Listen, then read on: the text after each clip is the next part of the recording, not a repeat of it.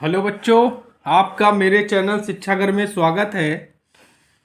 आज मैं electrician first year के बच्चों के लिए मॉडल पेपर नंबर 16 सॉल्व कराने जा रहा हूं, जो कि आपके होने वाले सीबीटी एग्ज़ाम के लिए बहुत इम्पोर्टेंट है। ठीक है, ये पेपर मैंने अपने आईटीआई में बच्चों लोग के लिए बनाया था। Model paper number 16। ये बहुत इम्पॉर्टेंट क्वेश्चन है। अगर आप इन क्वेश्चन को देखते हैं, ध्यान से समझते हैं, तो निश्चित तौर पे आप सीबीटी के एग्ज़ाम में और यूपीपीसीएल के होने वाले एग्ज़ाम में अच्छे से पास होंगे। ठीक है, अगर आप मेरे चैनल पर नए हैं तो प्लीज़ मेरे चैनल को सब्सक्राइब करिए, लाइक करिए, शेयर करिए, जिससे मैं आप लोगों के लिए इस तरह अच्छे अच्छे मॉडल पेपर्स बनाता रहूं। चलिए स्टार्ट करते हैं।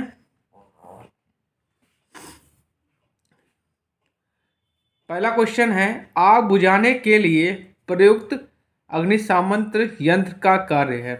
ठीक है, आपसे पूछ रहा है कि जो फायर एक्सटेंसर होता है उसका क्या कार्य होता है। ठीक है, ऑप्शंस आपको दिए हैं। ईंधन तत्व को आग में छोड़ना, ईंधन तत्व को आग से निकालना, तापमान को कम करने के लिए पानी का उपयोग करना, ऑक्सीजन की आपूर्ति से आग को अलग करना। तो आपका जो फायर एक्सटेंसर होता है वो क्या करता है, ऑक्सीजन की आपूर्ति को आग से अलग करता है। देखिए, आग के 3 कंपोनेंट्स होते हैं, आपको पता होगा। एक होता है ईंधन, दूसरा होता है ऑक्सीजन और तीसरा होता है ऊष्मा। तो अगर तीनों में से किसी को हम कंट्रोल कर लें तो आपकी आग बुझ जाएगी। ठीक है, तो क्या करता है, ये क्या करता है, जो फायर एक्सटेंशन होता है, जो अग्निशामक यंत्र होता है, वो क्या करता है, ऑक्सीजन की आपूर्ति को क्या कर देता है, आग से अलग कर देता है। ठीक है, चलिए अगला क्वेश्चन देखते हैं। अग्निशामक यंत्र का उपयोग करते समय ऑपरेशन का सही क्रम कौन सा है। पहला है पुल, उद्देश्य, स्वीप, निचोड़। दूसरा है पुल, उद्देश्य, निचोड़, स्वीप। तीसरा है स्वीप, निचोड़, पुल, उद्देश्य। चौथा है पुश, अरेंज, स्विच, स्वीप। तो बच्चों, आपका सेकंड ऑप्शन क्या है, सही है। पुल होगा, उद्देश्य होगा, निचोड़ होगा और स्वीप होगा। चलिए अगला क्वेश्चन देखते हैं। डायगोनल, ठीक है, कटिंग प्लायर का अन्य नाम क्या है। End cutting plier, flat nose cutting plier, round nose plier, side cutting plier. तो आप डायगोनल जो कटिंग प्लायर होता है उसको हम लोग साइड कटिंग प्लायर भी कहते हैं। इसमें ये ऑप्शन बिल्कुल सही है। चलिए अगला क्वेश्चन देखते हैं। किस टूल का उपयोग पेंसिल के समान किया जाता है। डिवाइडर का, पंच का, स्क्रबर का और हैमर का। तो आपका इसमें आंसर क्या होगा, स्क्रबर का। स्क्रबर का प्रयोग हम लोग पेंसिल की तरह करते हैं। ठीक है, चलिए अगला क्वेश्चन देखते हैं। निम्न में से कौन सा घटक एसी व डीसी पर समान व्यवहार करता है। प्रतिरोधक करता है, प्रेरक करता है, धारित्र करता है। ये संधारित्र है बच्चों। ठीक है, संधारित्र, प्रेरक और संधारित्र दोनों। तो बच्चों आंसर क्या होगा, आपका जो रेजिस्टेंस होता है वो एसी और डीसी के लिए समान व्यवहार करता है। चलिए अगला क्वेश्चन देखते हैं। इलेक्ट्रोमोटिव फोर्स मतलब ईएमएफ डैश डैश द्वारा प्रदान किया जाता है। प्रतिरोध के द्वारा, एक सुचालक पथ के द्वारा, एक विद्युत परिपथ के द्वारा, एक विद्युत आपूर्ति स्रोत के द्वारा। तो जो आपका ईएमएफ होता है वो क्या होता है, एक विद्युत आपूर्ति स्रोत होता है। ठीक है, चलिए अगला क्वेश्चन देखते हैं। मानव शरीर का तापमान प्रतिरोध कितना है। 10 ओम है, 100 ओम है, 1000 ओम है, 10 ओम। ठीक। तो बच्चों आपका जो मानव शरीर का जो रेजिस्टेंस होता है वो क्या होता है, 1000 ओम होता है, या कह सकते हैं 1 किलो ओम होता है। ठीक, चलिए अगला क्वेश्चन देखते हैं।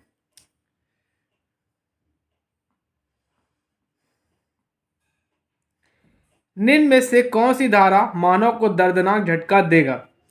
10 milli ampere, 15 milli ampere, 20 milli ampere और 100 मिली एम्पियर। तो बच्चों मानव का शरीर जो है 15 मिली एम्पियर तक करंट को सह सकता है। 15 मिली एम्पियर के बाद उसको झटका लग सकता है। तो इसमें आंसर क्या होगा आपका? 20 मिली एम्पियर बिल्कुल सही है। 20 milli ampere is a right answer. और बच्चों 100 मिली एम्पियर से अधिक पे क्या होता है, स्किन जल जाती है। क्या होती है? स्किन जल जाती है। ये भी क्वेश्चन पूछा गया है। ठीक, चलिए अगला क्वेश्चन देखते हैं। 1 किलो वाट आवर्स, ये 1 kilo watt hour, 1 kilo watt hour में 1 किलो वाट आवर किसके तुल्य है? 3600 केल्विन के, 860 किलो केल्विन के, 3600 वाट के, 4186 जूल के। तो बच्चों आंसर पहला सेकंड ऑप्शन बिल्कुल सही है, 860 किलो कैलोरी के। ठीक है, चलिए अगला क्वेश्चन देखते हैं। विद्युत तापक तत्व किसका बना होता है? तांबा का बना होता है, निकिल का बना होता है, नाइक्रोम का बना होता है, टंगस्टन का बना होता है। तो बच्चों जो हीटिंग एलिमेंट होता है वो क्या होता है? नाइक्रोम का बना होता है। ठीक है, जिसका तापमान जो होता है 3000 के ऊपर होता है, लगभग शायद 34, लगभग 3000 के ऊपर होता है। ठीक है, चलिए अगला क्वेश्चन देखते हैं। निम्न में से किस सामग्री का ताप गुणांक 0 है? मैग्नीन का, तांबा का, कार्बन का, टिन का। तो बच्चों इसमें आंसर क्या होगा? मैग्नीन का। चलिए बच्चों अगला क्वेश्चन देखते हैं। विद्युतरोधी पदार्थों की प्रतिरोधकता डैश डैश होती है। 0 होती है, निम्न होती है, उच्च होती है, अति निम्न होती है। तो इनकी जो इंसुलेटर्स होते हैं बच्चों, विद्युतरोधी बोलते हैं इंसुलेटर, इंसुलेटर। इनका जो रेजिस्टिविटी होती है वो क्या होती है? हाई होती है। और कंडक्टेंस क्या होता है? लो होता है। कंडक्टेंस लो होता है। तो बच्चों इसमें आंसर क्या होगा? हाई, उच्च। चलिए अगला क्वेश्चन देखते हैं। तांबे में एल्युमिनियम की अपेक्षा डैश डैश निम्नतम होता है। गलनांक, विशेष प्रतिरोध, चालकता, अपेक्षित घनत्व। तो क्या होता है सबसे अच्छा कंडक्टर? क्या होता है सबसे अच्छा कंडक्टर? सिल्वर होता है। सिल्वर के बाद आपका आता है तांबा, कॉपर। उसके बाद आपका आता है गोल्ड। उसके बाद आता है आपका एल्युमिनियम। तो देखिए एल्युमिनियम की जो चालकता है तांबे की चालकता की तुलना में क्या होती है? कम होती है, निम्न होती है। तो इसमें आंसर क्या होगा? चालकता। ठीक है, चलिए अगला क्वेश्चन देखते हैं।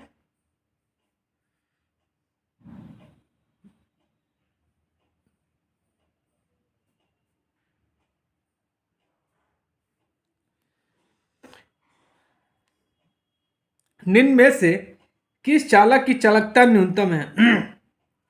सीसा, कांसा, टंगस्टन और जस्ता। तो बच्चों इसमें आंसर क्या होगा? सीसा। सीसा की जो कंडक्टेंस क्या होता है? कम होता है। चलिए अगला क्वेश्चन देखते हैं। शुद्ध पानी है, अच्छा चालक है, बुरा चालक है, अर्ध चालक है, परम चालक है। तो जो आपका शुद्ध पानी होता है वो क्या होता है? बहुत बुरा चालक होता है। ठीक है, चलिए अगला क्वेश्चन देखते हैं। ओपन सर्किट वोल्टा वोल्टा पतन क्या होगा? तो देखिए ओपन सर्किट है, तो ओपन सर्किट में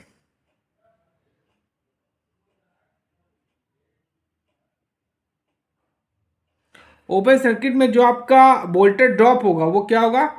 निम्न होगा। क्या होगा आपका? निम्न होगा। चलिए अगला क्वेश्चन देखते हैं।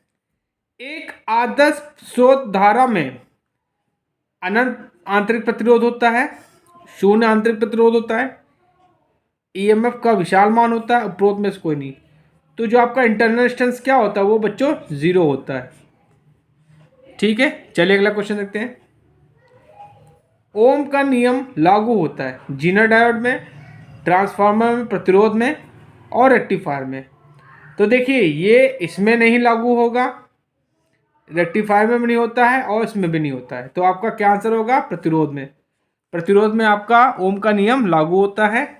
ठीक है, किस में लागू होता है ये भी आप लोग जान लीजिए। रेजिस्टेंस में होता है, इंडक्टेंस में होता है और कैपेसिटेंस में होता है। लागू किस में नहीं होता? इलेक्ट्रॉनिक जो डिवाइस, इलेक्ट्रॉनिक जो युक्तियाँ होती हैं उनमें ओम का नियम लागू नहीं होता है। चलिए अगला क्वेश्चन देखते हैं। ओम के नियम के लिए क्या नियत रखा जाता है? धारा रखा जाता है, प्रतिरोध रखा जाता है, ताप और दाब रखा जाता है, कोई नहीं। तो बच्चों क्या होगा? ओम के नियम में ताप और दाब को स्थिर रखा जाता है। चलिए अगला क्वेश्चन देखते हैं। किरचॉफ का वोल्टा नियम है, संधि का नियम है, नोड का नियम है, मेश का नियम है, आवेश संरक्षण का नियम है। तो बच्चों ये मेश का नियम है। चलिए अगला क्वेश्चन देखते हैं। एक तार का प्रतिरोध R है, यदि तार को खींचकर लंबाई को n से गुणा कर दें तो नया प्रतिरोध क्या होगा? NR होगा, n स्क्वायर R होगा, R बाई एन होगा, R बाई एन स्क्वायर होगा। तो क्या होगा? नया प्रतिरोध होगा आपका n स्क्वायर बाई R होगा। राइट आंसर है। अगला क्वेश्चन है। एक श्रेणी परिपथ के लिए क्या समान होगा? वोल्टेज समान होगा, करंट समान होगी, पावर समान होगा, रेजिस्टेंस समान होगा। तो सीरीज में बच्चों क्या होती है? करंट जो होती है आपकी सेम होती है, करंट आपकी सेम होती है और वोल्टेज आपका क्या होता है? भिन्न भिन्न होता है, क्योंकि वहां पे वोल्टेज ड्रॉप होते हैं। चलिए अगला क्वेश्चन देखते हैं। चुंबकीय विभवांतर की इकाई है, ठीक है, मतलब आपसे एमएमएफ की यूनिट पूछ रहा है। ठीक, बच्चे कई कंफ्यूज हो जाते हैं इसमें। ठीक है, चुंबकीय विभवांतर को एमएमएफ भी कहते हैं। ठीक है, तो इसकी यूनिट वेबर होती है, एम्पियर टन होती है, टेस्ला होती है, हेनरी होती है। तो बच्चों इसमें आंसर क्या होगा? Ampere ton. वेबर क्या होती है? फ्लक्स की होती है। टेस्ला क्या होती है? फ्लक्स डेंसिटी की होती है, फ्लक्स डेंसिटी। हेनरी क्या होती है? इंडक्टेंस की होती है। चलिए अगला क्वेश्चन देखते हैं। गिलबर्ट किसकी यूनिट है? ईएमएफ की है, एमएमएफ की है, फ्लक्स की है, फ्लक्स डेंसिटी की है। तो गिलबर्ट जो होती है एमएमएफ की यूनिट होती है। चलिए बच्चों अगला क्वेश्चन देखते हैं।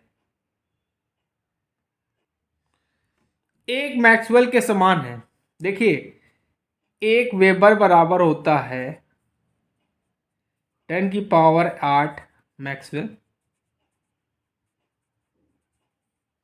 तो एक मैक्सवेल में होंगे 10⁻⁻8 वेबर। ठीक, तो इसमें पूछा एक मैक्सवेल के समान है, तो 10⁻⁻8 weber is a right answer. चलिए अगला क्वेश्चन देखते हैं। संधारित्र किस शक्ति को प्रदर्शित करता है? किलोवाट को, केवीए को, केवीआर को और केडब्ल्यूएच को। तो किसको करता है? केवीआर शक्ति को प्रदर्शित करता है। कैपेसिटेंस का न्यू व्युत्क्रम क्या कहलाता है? इम्पीडेंस कहलाता है, रिएक्टेंस कहलाता है, रेजिस्टेंस कहलाता है, इलास्टेंस कहलाता है। तो इलास्टेंस इज द राइट आंसर। ठीक है, और इम्पीडेंस का क्या होता है? एडमिटेंस होता है। रिएक्टेंस क्या होता है? सब्सटेंसेस होता है। रेजिस्टेंस क्या होता है? कंडक्टेंस होता है। और कैपेसिटेंस का इलास्टेंस होता है। चलिए अगला क्वेश्चन देखते हैं। किसी परिपथ का पावर फैक्टर दिया जाता है, एक्सएल बाई आर होता है, जेड बाई आर होता है, आर बाई एक्सएल होता है और ये आर बाई जेड दिया ऑप्शन, थोड़ा ये गड़बड़ हो गया मिसप्रिंटिंग में। तो कॉस फाई जो होता है बच्चों, ये क्या होता है, आर बाई जेड होता है, या कह सकते हैं वी आर अपॉन वी होता है। ठीक, तो बच्चों आपका चौथा ऑप्शन बिल्कुल सही है, आर बाई जेड होता है। चलिए फॉर्म फैक्टर देखते हैं। फॉर्म फैक्टर तुल्य होता है। फॉर्म फैक्टर को हम लोग किससे, के एफ से रिप्रेजेंट करते हैं।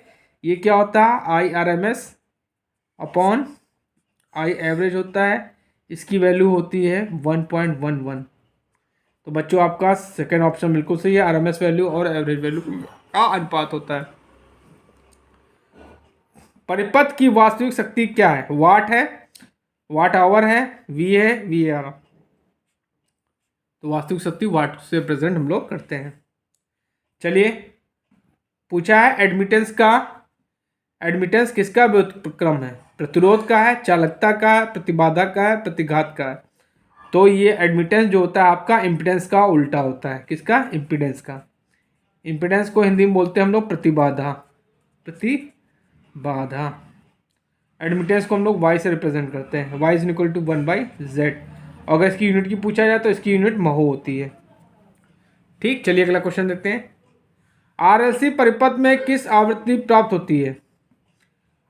ठीक है, आरएलसी परिपथ में आवृत्ति क्या होती है। ठीक है, F R is equal to 1/2π/LC under root, F R is equal to 1/पाई under root LC, F R is equal to 2π under root LC, F R is equal to r/2π under root LC। तो देखिए ये जो होती है ये resonance frequency होती है। ठीक है, और रिजोनेंस फ्रिक्वेंसी क्या होती है, F R is equal to 1/2π under root LC। तो आपका पहला ऑप्शन बिल्कुल सही है। चलिए अगला देखते हैं क्वेश्चन। स्टार कनेक्शन में यदि फेज वोल्टा और लाइन वोल्टा है तो इनमें क्या संबंध है। देखिए स्टार में क्या होता है, लाइन वोल्टेज जो होता है √3 टाइम्स ऑफ फेज वोल्टेज का होता है, और इसमें क्या होती है, लाइन करंट क्या होती है, फेज करंट के बराबर होती है। और अगर हम डेल्टा कनेक्शन की बात करें तो डेल्टा में क्या होता है, V L is equal to V P होता है, और इसमें लोड करंट क्या होती है, √3 टाइम्स ऑफ आई पी होती है फेज करंट के। तो बच्चों आपका ये ऑप्शन बिल्कुल सही है। ठीक है, चलिए अगला क्वेश्चन देखते हैं। एक ट्रांसफार्मर में आयरन कोर का उद्देश्य है निम्न प्रतिष्ठंभ प्रदान करना, प्रतिष्ठंभ मतलब रिलेक्टेंस। ठीक है, उच्च प्रतिरोध प्रदान करना, निम्न प्रतिरोध प्रदान करना, उच्च प्रतिष्ठंभ प्रदान करना। तो जो आज एक्चुअली क्या बच्चों, जो आपकी ट्रांसफार्मर की कोर होती है वो फ्लक्स के लिए लो रिलेक्टेंस का पाथ प्रदान करती है, लो रिलेक्टेंस। ठीक, रिलेक्टेंस को प्रतिष्ठंभ बोलते हैं। तो आपका ये पहला ऑप्शन बिल्कुल सही है। चलिए अगला क्वेश्चन है। एक आदर्श ट्रांसफार्मर की दक्षता होती है 100% होती है, 98% होती है, 80% होती है, तो कोई नहीं। तो देखिए जो आइडियल ट्रांसफार्मर होता है बच्चों वो एक प्रकार का काल्पनिक ट्रांसफार्मर है। ठीक है, उसकी दक्षता क्या होती है, 100% होती है। उसकी दक्षता क्या होती है, 100% होती है, और उसमें ना वोल्टेज ड्रॉप होते हैं ना कोई पावर लॉसेस होते हैं। और जो 98% होता है ये आपका पावर ट्रांसफार्मर होता है, पावर ट्रांसफार्मर उसकी दक्षता होती है। ठीक, चलिए अगला क्वेश्चन देखते हैं। ट्रांसफार्मर में किस प्रकार का तेल प्रयोग होता है, खनिज तेल, नारियल तेल, सरसों का तेल, और कोई नहीं। देखिए नारियल का तेल क्या होता है, ये दांत काज खुजली मिटाने के लिए किया जाता है। ठीक है बच्चों, और मोस्टली लोग इसको क्या करते हैं, स्किन में यूज़ करते हैं और खोपड़ी में तेल, खोपड़ी में लगाते हैं। सरसों का तेल जो होता है बच्चों आप लोग जानते हो पूड़ी उड़ी तली जाती है घर भर में, तो इसका यूज़ हो नहीं सकता। बचा आपका खनिज तेल, तो ट्रांसफार्मर में हम लोग खनिज तेल का प्रयोग करते हैं। एक तेल और होता है उसका भी प्रयोग हम लोग करते हैं जिसको हम लोग बोलते हैं सिंथेटिक ऑयल। क्या बोलते हैं, सिंथेटिक ऑयल, ये भी आप याद रखिएगा। ठीक बच्चों, चलिए अगला क्वेश्चन देखते हैं। ट्रांसफार्मर में फिक्स्ड लॉसेस होते हैं, iron losses, copper losses, windage losses, कोई नहीं। तो विंडेज लॉसेस तो होते नहीं ट्रांसफार्मर में। आयरन लॉसेस जो होते हैं बच्चों क्या होते हैं, फिक्स होते हैं। आयरन लॉसेस क्या होते हैं, ये फिक्स्ड लॉसेस होते हैं, फिक्स्ड लॉसेस। इनको कोर लॉसेस भी कहते हैं, इनको कोर लॉसेस भी कहते हैं। ठीक, ये कोर में होते हैं। और क्या दो प्रकार की होती हैं, एक होती है ईडी करंट, एक होती है हिस्टोलिसिस। आपकी जो कॉपर लॉस होती है वो लोड पे डिपेंड करती है, वो फिक्स नहीं होती है। ठीक है, चलिए अगला क्वेश्चन देखते हैं। एक एंगस्ट्रॉम में कितने मीटर होते हैं? 10⁻⁻6, ठीक है, 10⁻³ मीटर, 10⁻12, 10⁻10। तो एक एंगस्ट्रॉम में क्या होता है बच्चों? 10⁻10 मीटर होते हैं। और अगर आपसे माइक्रोन पूछा जाए तो होता है 10⁻6 मीटर होते हैं। ठीक, चलिए अगला क्वेश्चन देखते हैं। दूरी का सबसे बड़ा मात्रक है? परिसेफ है, प्रकाश वर्ष है, किलोमीटर है, सभी। तो बच्चों आगे परिसेफ होता है। चलिए अगला क्वेश्चन देखते हैं। ताप परिवर्तन के लिए सही व्यंजक है? F = 9/5C + 32, F = 9/5C - 32, F = 5/9C + 32, F = 5/9C - 32। तो बच्चों आपका पहला ऑप्शन बिल्कुल सही है। चलिए अगला क्वेश्चन देखते हैं। बच्चों इसको सॉल्व करेंगे तो आपका इसमें आंसर क्या होगा? पहला ऑप्शन आएगा, एक तांबे की छड़ का हवा में भार इतना है, इसे पानी में तौला गया तो उसका भार इतना मिला, तो आपेक्षिक घनत्व क्या होगा? ठीक है, तो इसको सॉल्व करेंगे तो 8.70 ही आएगा। चलिए अगला क्वेश्चन है, स्थिति ऊर्जा का सूत्र है PE = PE मतलब होता है पोटेंशियल एनर्जी = mgh। दूसरा है F = ma। तीसरा है KE = ½ mv²। चौथा है कोई नहीं। तो देखिए पोटेंशियल एनर्जी को हम लोग स्थितिज ऊर्जा बोलते हैं, तो स्थितिज ऊर्जा फॉर्मूला क्या होता है? mgh होता है। और KE काइनेटिक एनर्जी का होता है ½ mv²। ठीक, चलिए अगला क्वेश्चन है, पेंसिल की नोक में मुख्य घटक कौन कौन से हैं? ग्रेफाइट और क्ले, लेड और ग्रेफाइट, क्ले और लेड, कोई नहीं। तो बच्चों आंसर क्या होगा? ग्रेफाइट और क्ले जो होते हैं पेंसिल की नोक में होते हैं। हेप्टागन में कितनी भुजाएं होती हैं? ठीक, 5 होती हैं, 6 होती हैं, 7 होती हैं, 8 होती हैं। तो हेप्टागन में 7 होती हैं भुजाएं। चलिए अगला क्वेश्चन देखते हैं। खंडित मोटी रेखा की मोटाई होती है 0.1 mm, 0.2 mm, 0.3 mm, 0.5 mm। तो बच्चों से आंसर होगा 0.3 mm। चलिए अगला क्वेश्चन देखते हैं। समबाहु त्रिभुज में प्रत्येक कोण का मान कितना होता है? 45 डिग्री होता है, 30 डिग्री होता है, 60 डिग्री होता है, 90 डिग्री होता है। तो बच्चों समबाहु जो त्रिभुज होता है जिसमें तीनों भुजाएं क्या होती हैं बच्चों? बराबर होती हैं। ठीक है, तो मान लेते हैं कि पहला तीनों एंगल भी क्या होते हैं बच्चों? बराबर होते हैं। ठीक, तो इसमें प्रत्येक कोण क्या होता है? 60 डिग्री का होता है। चलिए अगला क्वेश्चन देखते हैं। षष्ठभुज हेक्सागन को कितने डिग्री पर रेखा खींचकर बनाया जाता है? 72 डिग्री पे, 60 डिग्री पे, 45 डिग्री पे, 70 डिग्री। तो बच्चों आंसर क्या होगा? 60 डिग्री। ठीक है, चलिए अगला क्वेश्चन देखते हैं। एसआई में भार की इकाई है? किग्रा है, ग्राम है, पाउंड है और मीटर है। तो बच्चों आंसर क्या होगा? ग्राम होगा। Gram is the right answer. चलिए अगला क्वेश्चन देखते हैं। 1 इंच में कितने सूत होते हैं? 12 होते हैं, 10 होते हैं, 8 होते हैं, 6 होते हैं। तो बच्चों 8 सूत होते हैं। चलिए अगला क्वेश्चन देखते हैं। G1, G2 और G3 चालकता के 3 प्रतिरोधों की श्रेणी में तुल्य प्रतिरोध क्या होगी? पहला हो गया G1 + G2 + G3। दूसरा हो गया G1 × G2 × G3 G1 + G2। तीसरा है 1/G1 + 1/G2 1।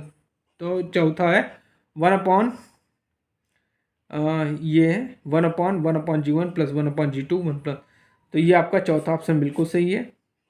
ठीक है, देखिए क्या होता है, देख लीजिए, समझ लीजिए कैसे आया आप लोग। देखिए श्रेणी में क्या होता है? रेजिस्टेंस होता है R = R1 + R2 + R3। और इसका उल्टा क्या होता है? चालकता होता है। चालकता मतलब 1/G = 1/G1 + 1/G2 1/G3। तो हमको G की वैल्यू निकालनी है, तो ये G को उधर भेज देंगे, सब नीचे आ जाएंगे। तो G = क्या हो जाएगा? 1/G1 +1/G2 +1/G3। तो इसीलिए आपका चौथा ऑप्शन बिल्कुल सही है। तो बच्चों आज मैंने आपको मॉडल पेपर नंबर 16 सॉल्व कराया है, जो कि मैंने अपने ITI के बच्चों के लिए बनाया था। ये मॉडल पेपर बहुत अच्छा मॉडल पेपर मैंने बनाया है, ठीक है। इस मॉडल पेपर को आप देखिए, समझिए, और हो सके तो अपने नोट्स में लिख लीजिए। ये क्वेश्चन आपके होने वाले CBT एग्ज़ाम और UPPCL एग्ज़ाम के दोनों के लिए इम्पॉर्टेंट है। और अगर आप मेरे चैनल पर नए हैं तो प्लीज़ मेरे चैनल को लाइक करिए, शेयर करिए एंड सब्सक्राइब करिए, जिससे मैं आप लोगों के लिए इसी तरह अच्छे अच्छे पेपर्स बनाता रहूं और अच्छे अच्छे स्टडी मटेरियल देता रहूं, जिससे आप लोग का सिलेक्शन आसानी से हो जाए। Thank you.